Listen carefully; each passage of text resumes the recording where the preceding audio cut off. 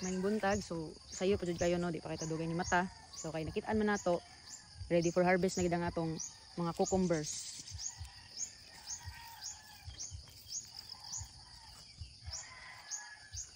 Okay, so tara, let's do this.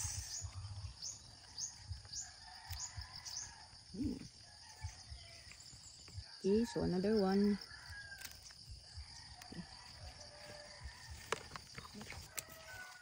Kalami sa naong ana. Sa may diganahan mo kalit ay. Okay. Lami juga ni ron. Tamis pa din. Okay.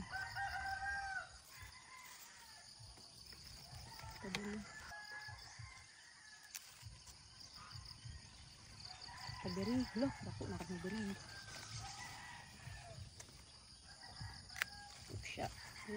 Kabibi. Yum.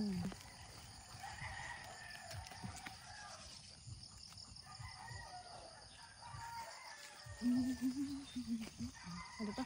Oh, ito.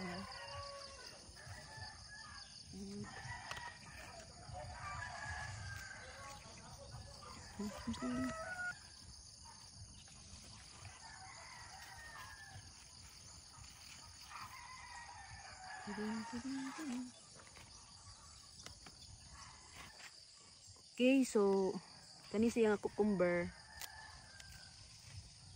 Sa ingon ani kay di pa man siya mature, pa ni siya ni develop og seeds. Lami kay ni siya tan-awon. Atong is tryan ron ha. Pakit-on ta mo. After ani. Okay. So pakit-on ta mo, bitsa. Kani siya na kuan nig mananap so tan-awon na nato unsa yang kuan. Lami kayo ni.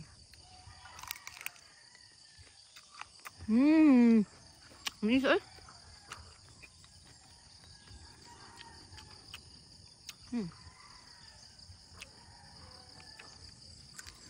Video man to. Nang sa gilamian. Gusto eh. So muna ni last dire. Ano pa dito? So ang makatilaw ani magpangita gyud. So aside nga fresh, no chemicals, lami pa gyud siya. Murag makayon ko mga kaon ka kuan gyud. Kunang prutas nga pang dessert nga prutas.